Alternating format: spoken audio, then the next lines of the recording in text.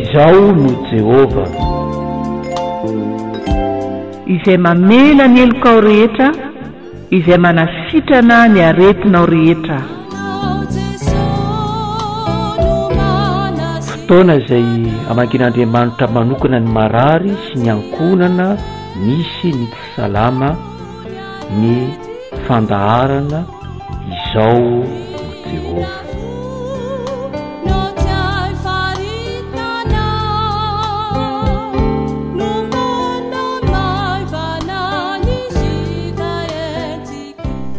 Ampanajana no iarabananao ry havana ary ampitiavana no hitombinanao hiaraka miombavaka amin'izao tolakandro izao isika. Dia ho ampitombona aminao sy ny ankonanao anie ny fahasoavana mampiadanana avy amin'Andriamanitra raitsika sy Jesosy Kristy Tompo sy mpamonjy atsika. Ny Salamo 5 ny 1 ka hatramin'ny 4 tapany voalohany no andeha raha antsika vakina, amesantsika voninahitra amin'ny Tompo sy hanomboantsika ny fotoam-bavaka. Salamo 5 ny 1 ka hatramin'ny 4 tapany voalohany. Amin'ny anaran'i Jesosy. Hideran'i Jehova amin'ny foko rehetra aho, anambara ny fahagaganao rehetra aho, ho faly sy ho ravoravo aminao aho, ankalaza ny anaranao aho ry avo indrindro, satria lasa niodina ny fahavaloko, ny repirepy izy ka ringana tsy eo anoloana na eo anatrehanao, fa efa ny tsara ahy ianao ka nanome ahy ny rariny. Amen. Ivavaka isika. Raio, manondrika ny lohanay tao anatrehanao zahay, manome voninahitra anao, manaiky ny fiandriananao, ary misaotra anao mamelanay hidera ny anaranao, ankalaza anao, anambara izay fahagagana rehetra efa nataonao tamin'ny fiainanay.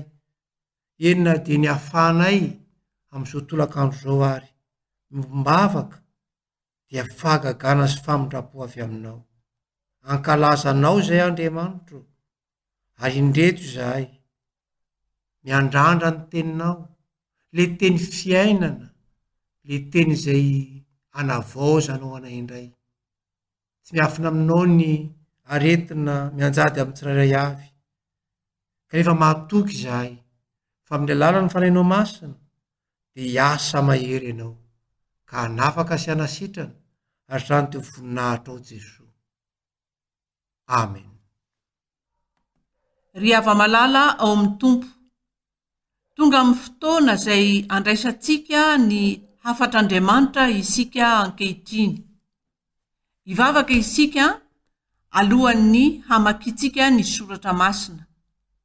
Raio, misaotra anao izahay, fa velona ianao dia Andriamanitra miteny, Andriamanitra miasa, Andriamanitra mamindra fo. Dia ny fanahinao masina no angatanginay hatrany mba hanazava sy ampitoetra ty anatin'ny fonay ny teninao, ary dia hiasa mahery ka hanasitrana anay ianao. Misaotra Raio, misaotra Tompo. Amen. Epistily nosoratan'i Jakoba ry havana no iarahantsika mamaky ankehitriny. Epistily nosoratan'i Jakoba toko 5 manomboka eo amin'ny 7:10 ka hatramin'ny 20 farany.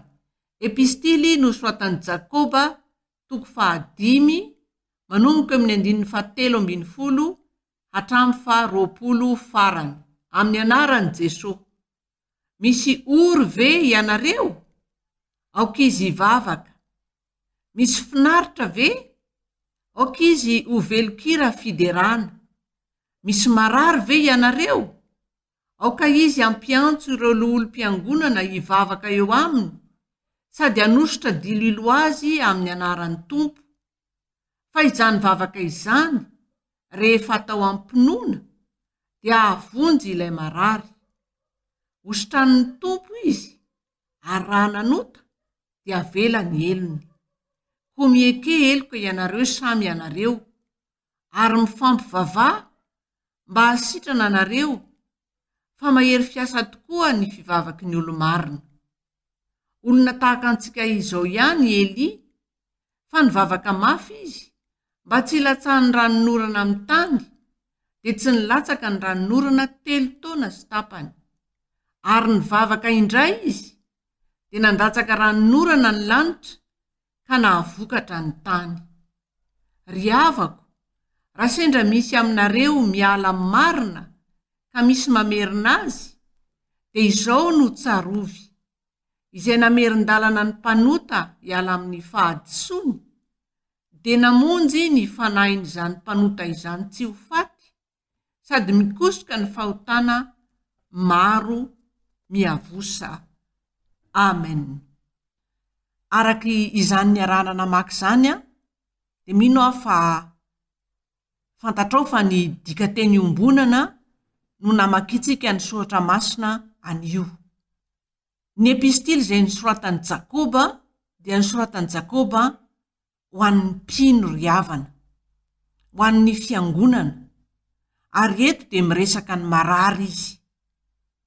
Ka fahamarinana voalohany izany ry havana ety am-piandohana dia ny hoe isika kristianina, isika mpino dia mety mbola arary, fa tsy hoe rehefa mivavaka isika dia tsy marary intsony, na hoe rehefa mivavaka isika dia tsy misy fahoriana intsony.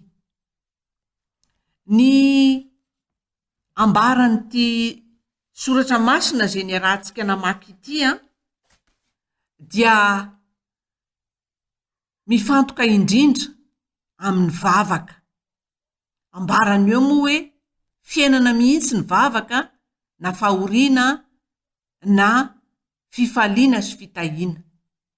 Fa ny horaisintsika an'io amin'izao fotoana ho an'ny marary izao dia ny mikasika ny marary. Ka ny lohevitry ny afatra amintsika izany ry havana dia hoe ny vavaka sy ny marary, na koa hoe ny marary sy ny vavaka. Ny zavatra hitantsika eto raha averintsika vakiana ny 410 ka hatramin'ny 490 dia manamarika toetran'izany vavaka izany izay tena hoe fototra, dia ny finoana sy ny fahamarinana. Zao no fivakin'ilay teny raha averintsika ilay 410 ka hatramin'ny 490. Misy marary ve ianareo? Aoka izy ampiantso ireo loholo-piangonana hivavaka eo aminy, sady hanositra dililo azy amin'ny anaran'ny Tompo. Fa izany vavaka izany rehefa atao ampinoana dia avonjy ilay marary. Hositran'ny Tompo izy, ary raha nanota dia avela ny elony.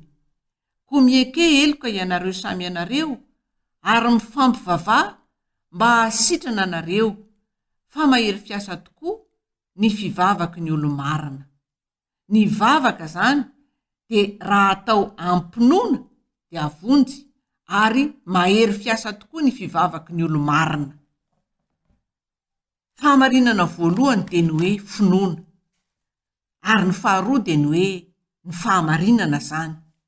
Ka raha ny finoana no resantsika ry havana dia hitantsika fa ambaran'ny soratra masina ombienombieny, fa raha tsy amin'ny finoana dia tsy misy azontsika antenaina. Hoy ny voasoratra, raha tsy amin'ny finoana dia tsy misy azo atao azahoana sitraka amin'Andriamanitra. Koa izay manantona an'Andriamanitra dia tsy maintsy mino fa misy Andriamanitra, sady mamaly soa izay mitady azy. Hebreo 2:2-9. Ary ny epistily izay nisoratan'i Jakoba ihany koa moa amin'ny 1:1-9 dia milaza hoe tsy maintsy mino tsara, tsy maintsy tena resy lahatra ka tsy mihanahana, izany hoe tsy misalasala, fa raha ohatra ka mianana misalasala dia tsy afaka manantena ahazo valim-bavaka. Jakoba 1:5. Tena fototra anankiray amin'ny fahombiazan'ny vavaka dia ny finoana. Ary ombieny dia hitantsika ao amin'ny filazantsara ry havana fa ireo marary izay nanantona ny tompo na ny tratran'ny demonia izay nanantona ny tompo dia ambaran'ny tompo fa ny finoana na ny finoan'ilay marary na ny finoana manodidina azy no nahavonjy ilay marary.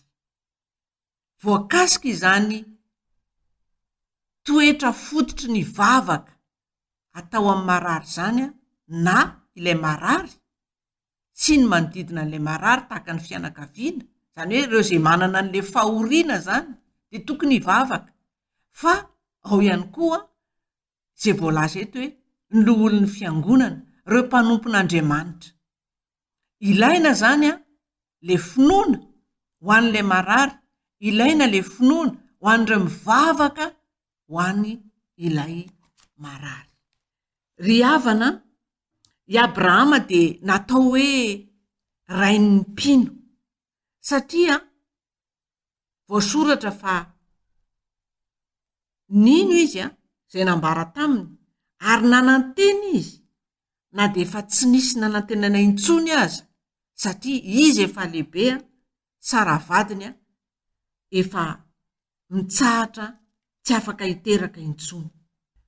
Ny havana, ny finoana dia azo avy amin'ny tenin'Andriamanitra, azo avy amin'ny fibanjinana n'Andriamanitra, ny fahalebiazan'Andriamanitra, ny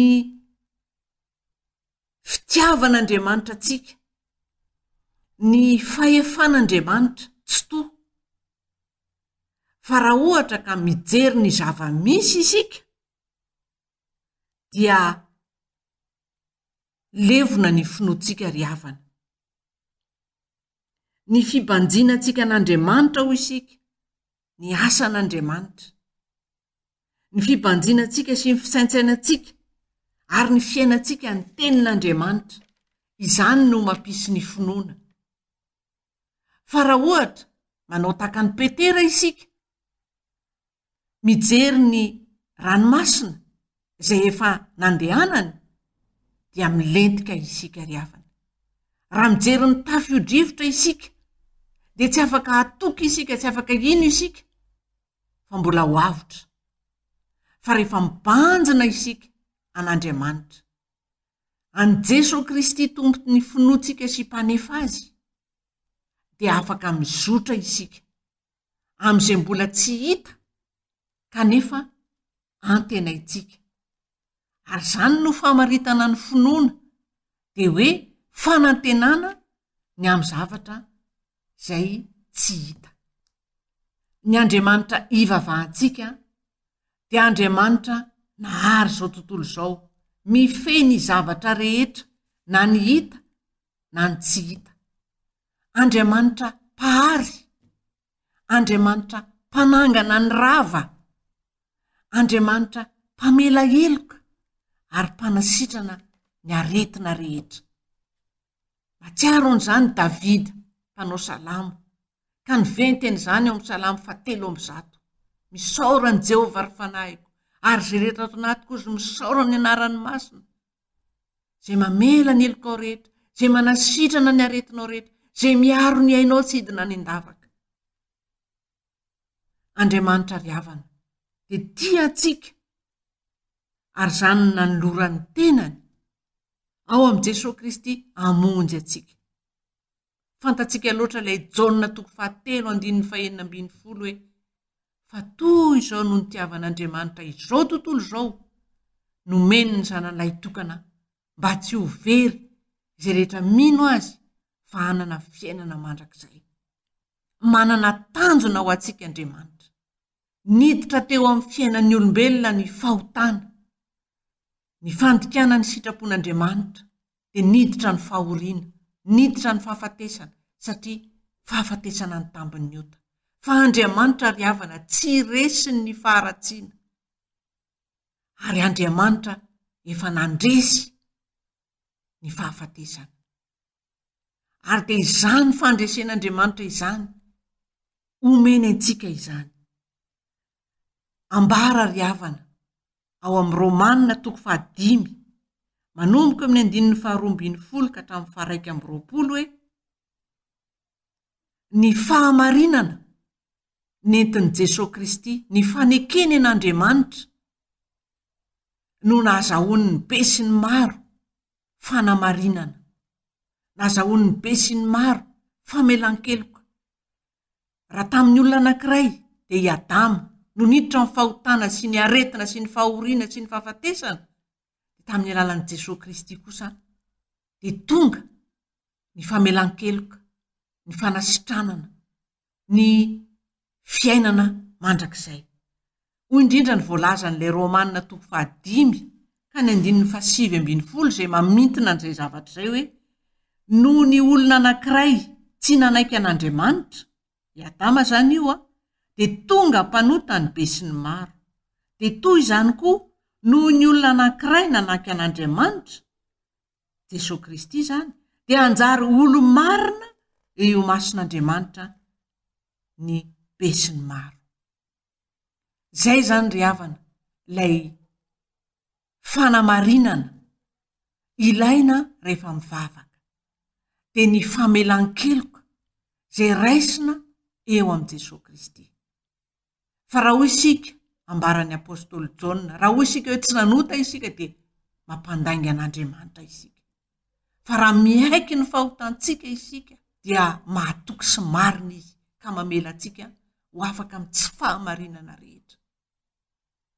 Ry hava-malala ao amin'ny Tompo, tena sakana amin'ny vavaka sy amin'ny fitahiana ny tsy finoana, ny fisalasalana zany, ny fiambambana izany, ny fametrahana sakatsakana isan-karazany hoe saodem-ba sy ny ohatraohatran'izay, ary sakana ihany koa amin'ny valim-bavaka sy ny fitahiana ny eloka ry havana izay tsy bebahana ary tsy ivalozana eo anatrehan'Andriamanitra.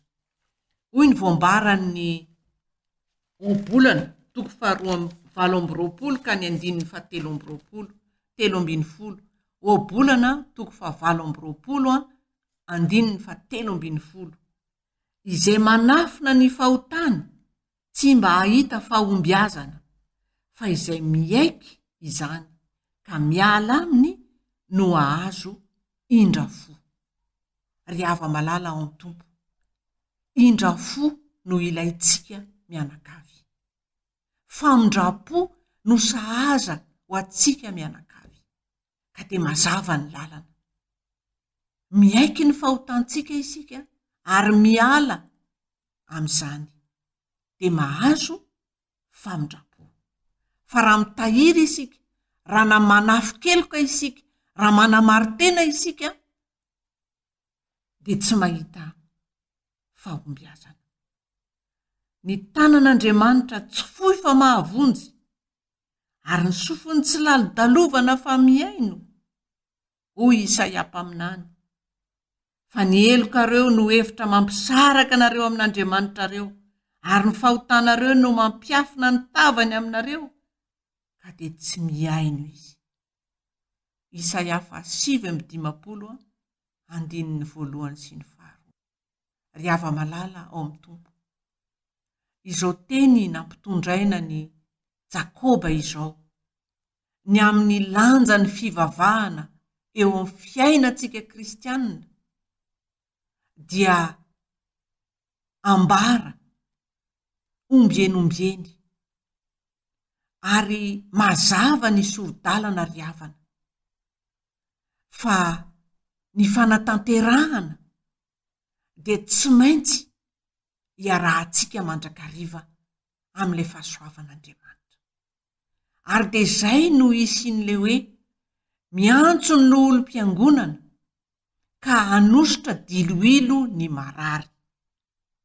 Tsy ny menaka no manasitrana, tsy ny diloilo misy moa dia mahita karazan-javatra menaka tahak'izao, menaka tahak'izao, menaka nalaina tary etsetra etsetra.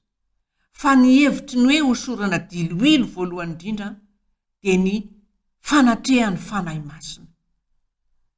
Io fanahy masina io manko no ambaran'ny soratra masina, ambaran'ny tompo, fa io no mitaridalana atsika amin'ny marina. Io no mampiaiky atsika ny fahotantsika. Rehefa mivavaka isika ry havana dia efa nitaomin'ny fanahy masina aloha tsika matoa mahalala hitodika any amin'Andriamanitra. Kanefa misy fahotana izay mety efa ela ny tanterahantsika, efa nankamamitsika tao anatin'ny fotsika tao, dia nangatahantsika andro mandrakariva, vao ibebahana sy ialana, mbola ankafizina, moditototofana, ka sarotra ny miala aminy dia ny fanahy masina ry havana. Vonina ary miasa mba hitaridalana atsika amin'izany, ka ahafahantsika mamelatra tokoa ny fotsika eo anatrehan'Andriamanitra. Ahafahantsika tokoa tena hoe mitodika amin'Andriamanitra, ka tena hoe mifandahatra amin'Andriamanitra, anambara amin'Andriamanitra izay rehetrarehetra mety ho sakana, tsy ahitantsika ny tavany, tsy andrenesany ny fivavahantsika. Ry hava malala ao amin'ny tompo, mino afa teo sitrana ianao. Vaninandro ny karemy izao, fandinihan-tena, mialoha ny herinandro masina izay atserovantsika ny fahoriana rehetra nentin'i Jesosy Kristy hanatanterahana ny famonjenantsika, hanatanterahana ilay sorona indray mandeha monja ny amin'ny tenany ka handatsahany rany, fa raha tsy misy raha latsaka tsy misy famelan-keloka. Vanim-potoana izay iorenan'ny finoantsika kristianina, zany fanavotana nentin'i Jesosy Kristy zany, zany hazo fijaliana izay reharehantsika kristianina izany. Fa teo no maty ny tompontsika, nitondra ny helokontsika, ary nidiakapoka taminy nanasitranana atsika. Fa teo amin'io hazo fijaliana io ihany koa no nandreseny ny hery rehetra nanany fahavalo, ny herin'ny Satana izay mambabo atsika ka nanandevo atsika tamin'ny fahazaran-dratsy isan-karazany. No zany ry havana dia miantso atsika izao tenin'Andriamanitra izao, fa raha tampony amin'ny fitiavan'Andriamanitra atsika ny hazo fijaliana izay nanoloran'ny tenany andraisantsika fiainana be dia be. Ka na ianao marary, na ny manodidina anao, ny vadinao, ny zanakao, ny ray aman-dreninao, ny ray tapo aminao, dia ambarany ny afatr'Andriamanitra fa isika mianakavy dia mila mivavaka, ampinoana ary mitondra ny fahotantsika eo anatrehan'Andriamanitra. Isika mpanompon'Andriamanitra ihany koa ry havana. Mety ho mpiandry ianao, mety ho katekista ianao, mety ho religiozy ianao, mety ho pretra ianao, mety ho mpitandrina ianao. Antson'Andriamanitra isika hivavaka ho an'ny marary. Mazava ry havana fa tsy ny marary ihany, fa isika ihany koa antson'Andriamanitra hivavaka ho an'ny marary, hivavaka amin'ny finoana, ary tena vita fihavanana amin'Andriamanitra isika. Okare tsy ny marary ihany no hanambaratsika ny mahazava-dehibe, ny fibebahana, fa aoka isika rehetra araky ny ambara eto, hifamela heloka, mifampieke heloka ianareo samy ianareo, hoy ny nambaran'i Jakoba. Mifaneke heloka mba ho sitrana ny fanahy masina ny heriavana ho amintsika rehetra, ampiorina ao anatintsika ny fahamarinana izany tenin'Andriamanitra izany, ka hanantona ny seza fiandrianan'Andriamanitra amin'ny fahatokiana isika noho ny amin'i Jesosy Kristy, ary hiaiky ny amin'ny fitarihan'ny fanahy masina, ka hifona, hibebaka mba ho vita fihavanana amin'Andriamanitra. Dia ho voninahitr'Andriamanitra ny fanasitranana anao marary, ary ho fifalitsika menakavy, mbola hiombona sy ho velokira-piderana ny valim-bavaka rehetra izay omeny. Ho an'Andriamanitra irery ny voninahitra. Hivavaka isika. Ry Andriamanitra tsara indrindro, endre ny fitiavanao anay, endre ny famindraponao, endre ny fahasoavanao Jesosy Kristy. Mila ny famindraponao izahay. Betsaka ny marary Tompo, ary tsisy miafina aminao reny fa hitanao avokoa. Matetika izahay dia midodododo, manantona dokotera, midodododo makany amin'ny farmasia. Marina, famindraponao daholo reny. Fa ny voalohany indrindra dia tokony hitodika aminao izay Andriamanitra. Ianao ilay tompony iainay, ary mampatsiahana izany ianao anio. Tahaka ny nataony Ezekia mpanjaka, todika aminao aloha Andriamanitra, vao mampiasa izay mety ho fahalalany ny dokotera. Dia tario amin'ny fanahinao masina izay Tompo. Ary mba tsy hisy anio na dia iray aza, mbola hanamary-tena na tsy hafoy fahotana, satria efa tolo-botsitra ny famelana avy aminao.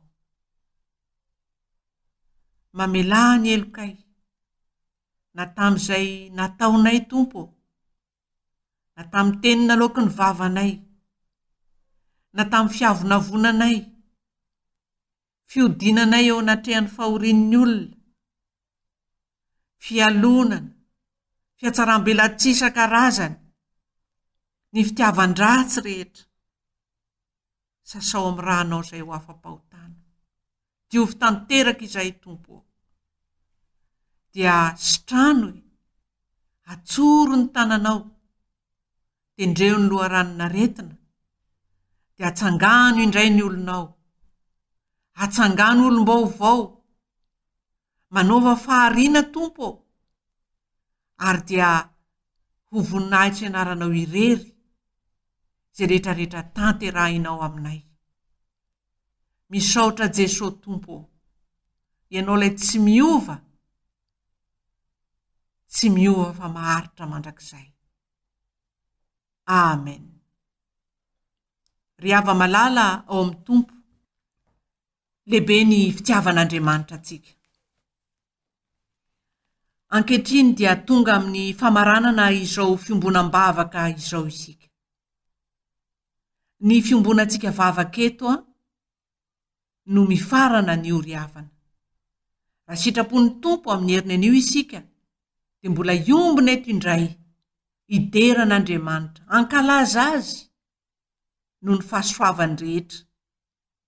Fa tsarovo kosa, Andriamanitra dia ho anilanao mandrakariva, ary ny fanahy masina dia eo anatrehanao mandrakariva, ary ao anatinao. Koa dia mahereza ary miorena tsara amin'ny finoana. Ho tononona amin'ny anaran'i Jesosy Kristy Tompo ary havana ny tsodrano, dia ho tanteraka aminao izany. ita ianao ane Jehova ka iaro anao. Ampamirapiratra ny tavany aminao ane Jehova ka amindra fo aminao. Hanandratra ny tavany aminao ane Jehova ka hanome anao fiadanana.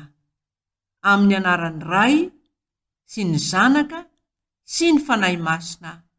Amen. Finaritra ry avy.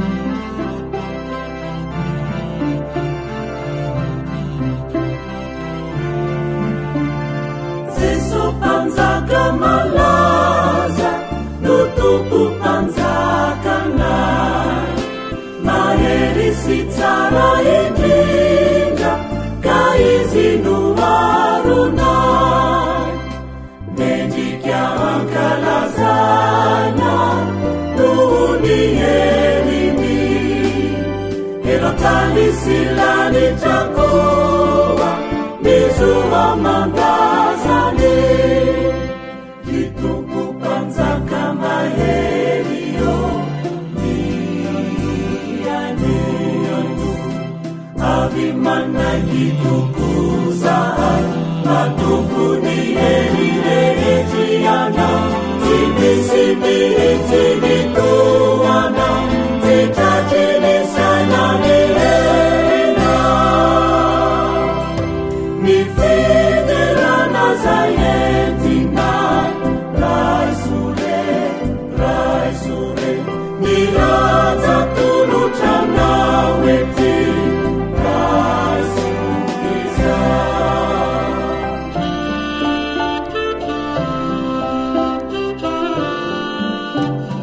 Tunggu pandahaja yeji panau zaure ejiza mizara sitendi atami tsara si masu mendikiani uderana mifandarani atuluri uwazini sauta faizi tandifini ritumpu panzaka maherio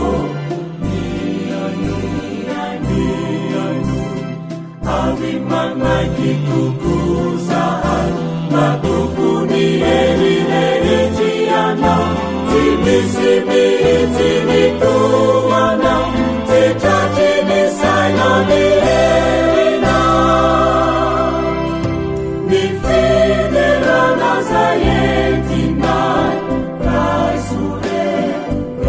sure ni raja tulu chana weti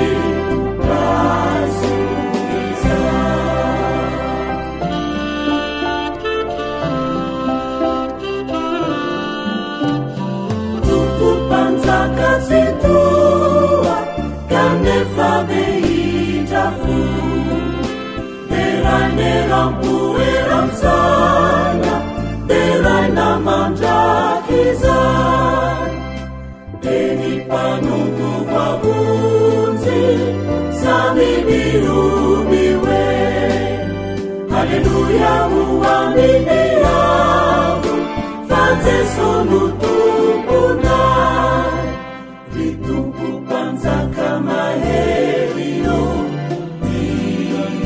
nianu avi mana kitukuzahan matukuni elilejiana simi tuana cita-cita sana nihena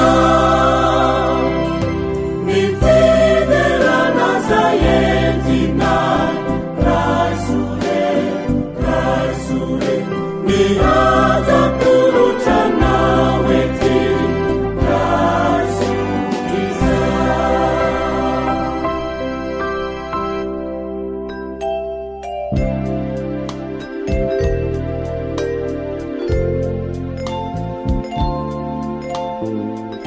Izaho no Jehova. Fandaharan'ny radio vaovao maso iandreketan'ny mpanompon'Andriamanitra Rajaonarson Pascal Mivady.